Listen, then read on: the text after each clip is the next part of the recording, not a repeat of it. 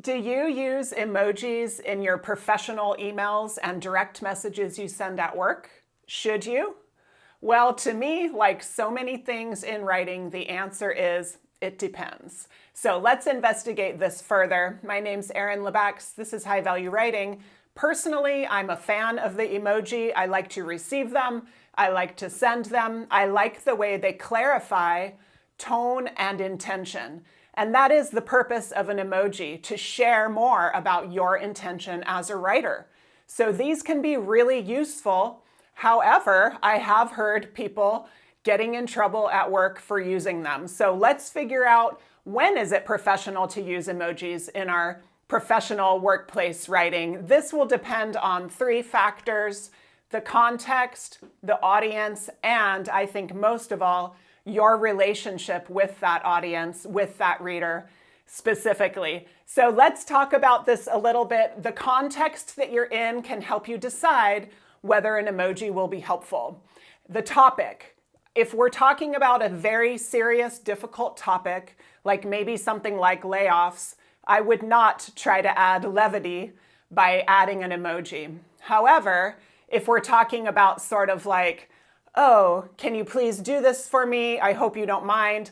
Let me add a wink at the end to show I'm being truthful and not sarcastic and we're on the same side, then that might make a lot of sense. So the topic matters. The type of writing matters. A formal policy document? Probably not. A DM? Probably more often even than an email. But I do believe in DMs and emails. It's great to use emojis when the situation calls for it, when the situation is not too formal or too serious or too potentially emotional for people that we wouldn't want to add levity like that. Second factor, though, will be your audience. Who's going to read this? What do you know about your reader's communication style? What do you know about their expectations around formality? Some people expect a lot of formality in writing. This is hard for me. I like to be casual and informal. With many of my clients, I include an emoji in an email if I already know them and I already know that they're okay with that kind of informal connection.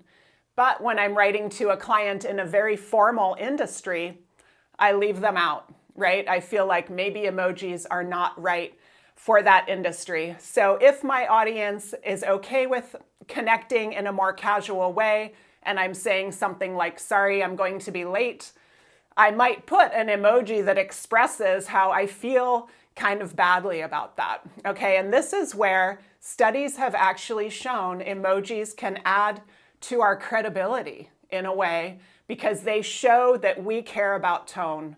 They show that we care, oh, I hope this didn't sound weird. I'm going to add this emoji to clarify my tone, make sure my reader doesn't feel hurt.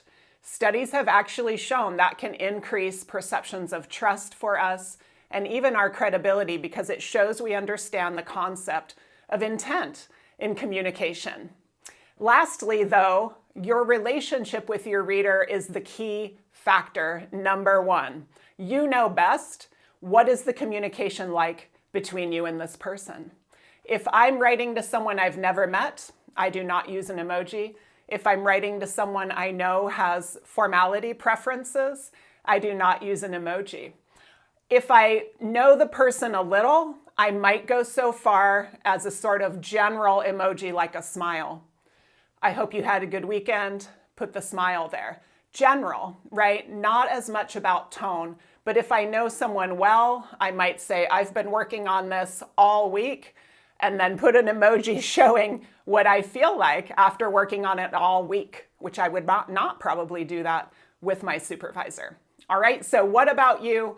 What are the contexts that you use them in? When do you not use them? For me, the only time I really don't is if I don't have the right relationship with my reader, or I know my reader is in a formal industry.